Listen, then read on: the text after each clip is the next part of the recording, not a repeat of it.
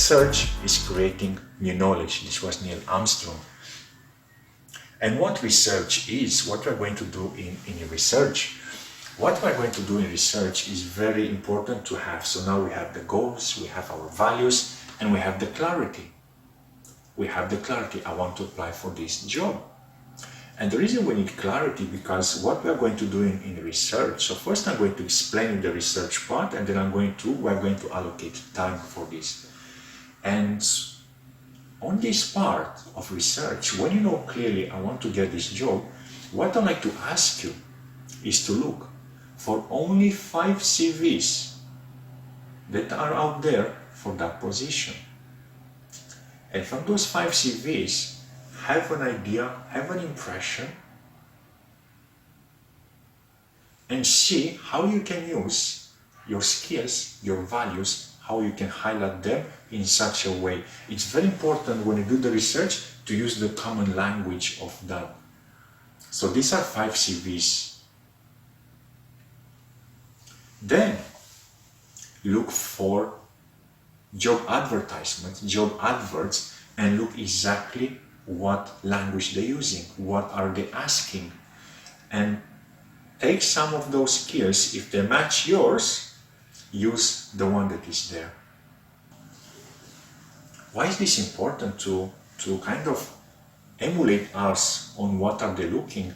If you go, for example, on a shop and you want to buy red apples, but then they are on the side, and on the side there are some yellow apples, some green apples.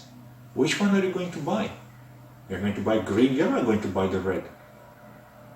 You're going to buy the red, isn't it? Even if the green might be better, that's what you want. So when people are looking for somebody, for example, determined, I want a person that is determined. And you perhaps you say you are ambitious. Being determined, being ambitious, it's very close, isn't it? And which one are you going to use? It's like that apple. Somebody says, I'm looking for a person that is determined, I'm looking for a person that is ambitious, and you're ambitious, which one are you going to use? So see, be flexible in the CV. It's important to have a base CV, and sometimes it's important you can mold. If for the ideal job, if you apply, see if there are any qualities that you have that you can mold yourself under those. I'm not saying to change, to invent something. If they're asking determination, or if they're asking a certain skill and you don't feel you have it, don't mention it. What I'm saying is to look on that list, that we look on the strengths.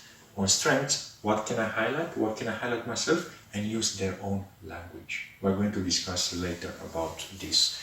And now, I was discussing about LinkedIn. I'll invite you to spend some time on LinkedIn research, how a LinkedIn profile should be. Look again for 3 profiles. Look for people who have that job that you want. See how their profile is organized. And organize your profile. It's very important also to have it in line with the CV. So CV should reflect similar with the profile on LinkedIn. And this is the most important part, time management. We like to spend on the CV and on LinkedIn profile not more than 10% of our time. I like our time to be on practice, to focus on the other elements. So what I recommend you, my recommendation is, in terms of time, is to spend on CV update. And updating your CV, I can recommend you 3 hours. Out of these 3 hours, research is 1.5 hours, and you literally doing the CV, it's 1.5 hours. On LinkedIn, 3 hours in total. How to do examples, research examples, 1.5 hours, and update your profile, it's 1.5 hours.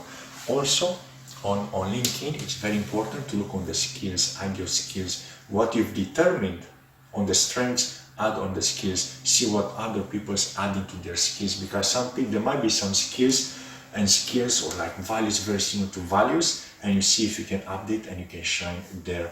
Also, what I can recommend you is to connect. If you have any friends, to connect and to recommend them and ask them for a recommendation if you can, that would be a great thing which you can do on LinkedIn. What I'd like to invite you is to tap yourself on the back.